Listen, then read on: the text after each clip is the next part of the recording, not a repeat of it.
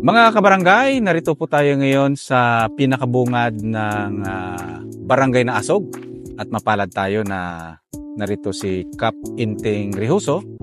Tanungin natin kung saan banda ang boundary at kung paano pumasok at ano dyan na meron sa Barangay na Asog. Kap, sa ating tinatayuan ngayon, ituro mo nga sa akin kung saan banda tayo papasok sa barangay mo. So, magandang umaga, kabarangay ni Kiboy. Dito po yan. Dito yan sa, Pala Resort. Oo. Punta doon. Tapos yung kalsada na yan. So, sakop po na Naasog yan, yung dyan banda. Diyan ang welcome mo, Oo, yan, Ganda pala ng entrance mo, no? Oo, maganda yan. Pasok na pagganyan. So, kung sakaling pumasyal kami dyan sa Naasog, anong madadaanan namin dyan? Yan yung, lighthouse. Mga proyekto mo Mga dyan. proyekto, mga kalsada natin dyan. Kalsada. Sa tubig. Sige, papasukin namin yung Kap. Tingnan mo, maganda yung mga Ganda, no? mga bahay dyan. Ano yan? Mga... Ano ba nakatira dyan? Pinoy? Oo, mga foreigner yan. Ang galing. Ganda ng kwan talaga, no? Ng entrance na Naasog. Pang ano talaga? Pang tourism. Talaga. So, Kap, maraming salamat. Papasyal tayo sa barangay mo. Okay. Maraming salamat, kabarangay ni Kiboy.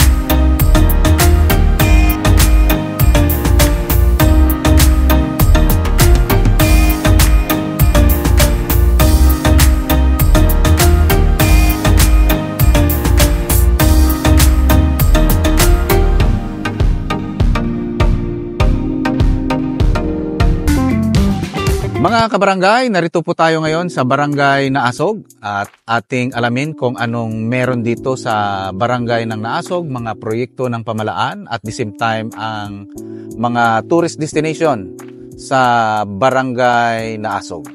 Mapalad po tayo mga kabarangay at ating makapanayam itong si Kap Inting Rehuso.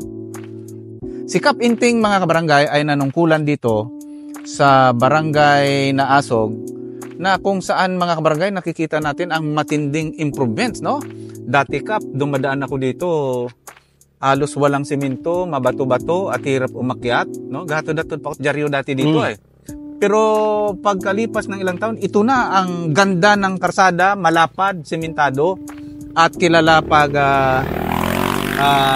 sa ilang mga tourist spot destination dito sa Barangay Naasog. Una-una Kap, nga tanong ko, mula nung ikaw ay nanungkulan, ano ang unang proyekto na yung inimplementa dito sa Barangay Naasog?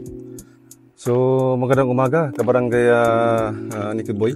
So, maraming salamat sa opportunity na nabigyan kami sa Naasog o ako sa pagkakataon na may interview mo at maipaabot din sa ating mga kabarangay dito sa Barangay Naasog. So, maswerte tayo. Kasi nung naupo tayo, yung first agenda natin is makipag-negotiate sa mga landowner, sa lot owners, and then gumawa ng resolution. So, pinalad naman tayo sa mga resolutions na pinasa natin sa province, sa national, sa din sa LGU. So, pinalad tayo, pinagbigyan nila tayo sa ating mga resolutions na yan. Then, unang-una is nagkaroon tayo ng 2 million worth na project natin sa ating barangay health center natin. So, with air condition yan. So, pasalamat din tayo sa may-ari ng lupa na nag-donate sa atin dyan. So, yan ang una natin. So, sunod. So, pinalad na naman tayo na na-approve naman yung ating resolution na naman. Then, meron tayong 7M doon sa part ng Ilaya. Anong proyekto ka? Yung Concreting Abroad. Tapos nagkaroon pa tayo ng another 10M. Galing kay Governor Joe Miraflores. Doon din sa Ilaya. Karsada din na Concreting Abroad din. Na papunta doon sa Barangay Dumlog. So, and then the following year ay nagkaroon naman tayo ng covered court dyan. So, worth 5M na naman na covered court natin. So, rin tuloy-tuloy. So, yung itong kalsada ngayon, galing naman ito kay Congressman naman. So, lahat ng resolution natin kasi is province. Tapos yung ating strategy, yung 20% development fund ng barangay is nilalagay natin sa mga sityo. Kasi kung ilagay natin dito sa main road, sa highway, kasi kulang. So magkakaputol-putol. Either sa kabila lang na lane, o either kabilang lane din. So yung ginawa natin is, doon natin pinuko sa mga sityo. Andi sa mga street lights. Andi sa barangay hall. So ngayon, yung kinakatayan natin dito ngayon is ito yung dating pinaka-delikadong daan. Taas no? Ito. So sa tulong din ng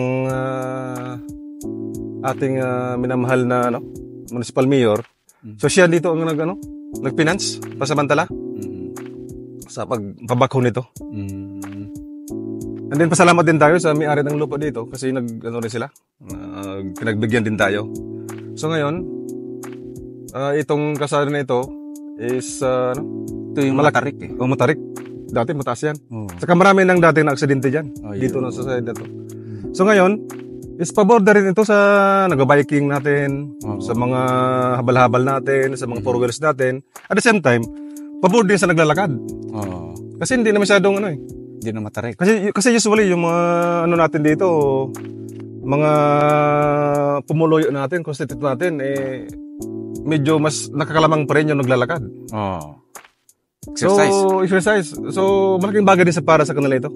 Kasi di na sila masyadong mahirapan sa pag-akyat. So, yun.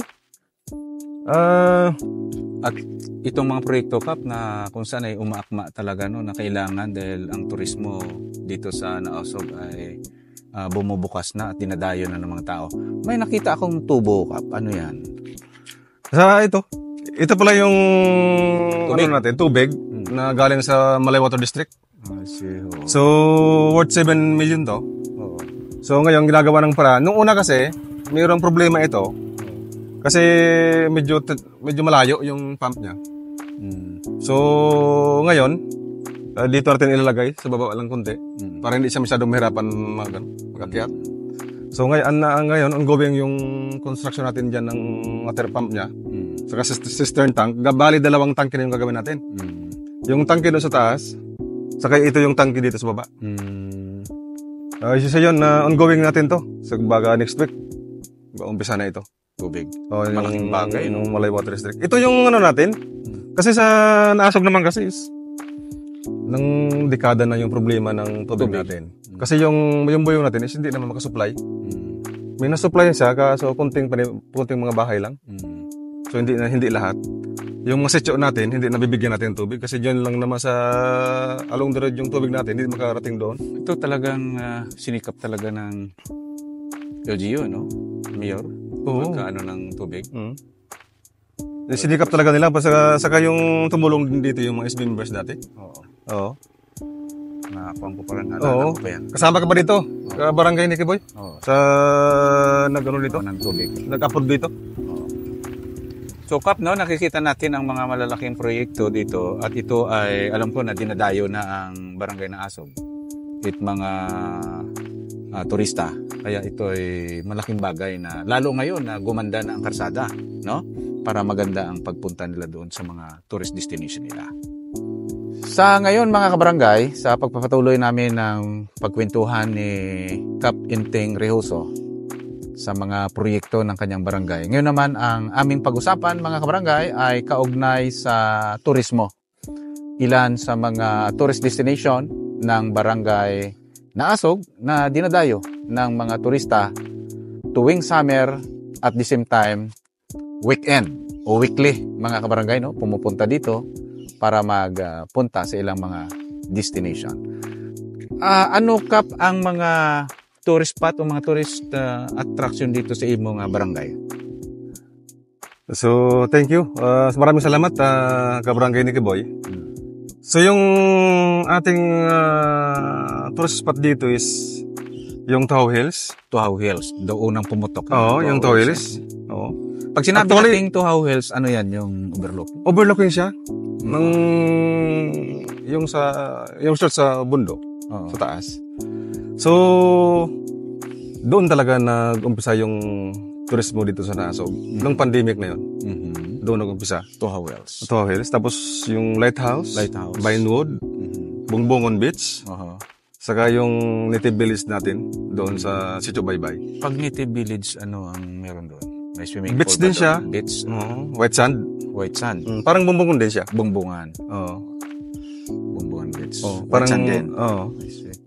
Vinewood, no? Vinewood. Ano rin siya, resort din siya. Sa magkatabi lang sila ng Tahoe Hills. At saka gilid ng bukid. Gilid ng bukid din. Overlooking yung Boracay. Saka yung Nabas dyan, yung airport. So, ibig sabihin, marami palang puntahan ang mga taga ibang lugar na pumunta dito, no? May beach, may overlooking, no? At may mga, siyempre, ano ang mga inihanda nila? Kasi ganito yan, nung una kasi, isa lang yung ano natin, yung ating tourist spot natin. Yung Tahoe Hills lang.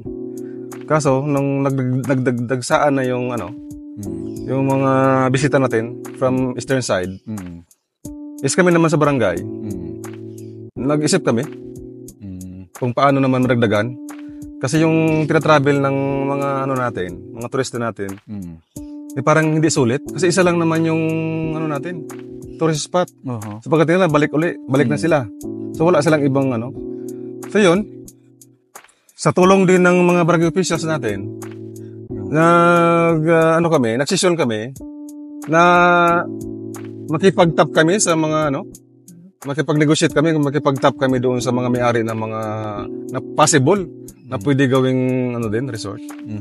So yun, kami doon, meeting kami doon. So sa sa kabutihang palad naman is nag-okay naman sila. So yun, nadagdagan. Yun. So yung mga ina-offer dyan is yung mga native na manok.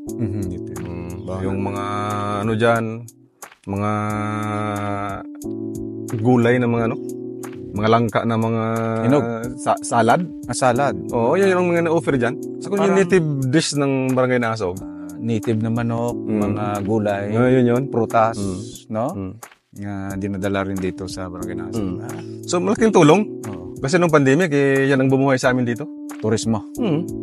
Kasi yung habal-habal natin, mayroong pasahero.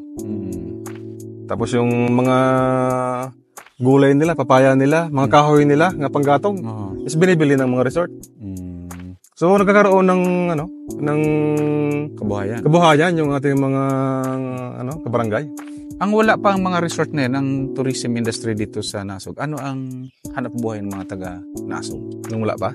Oo. Nung wala pa walang turismo? Oo, wala pa. Mahirap. Mahirap.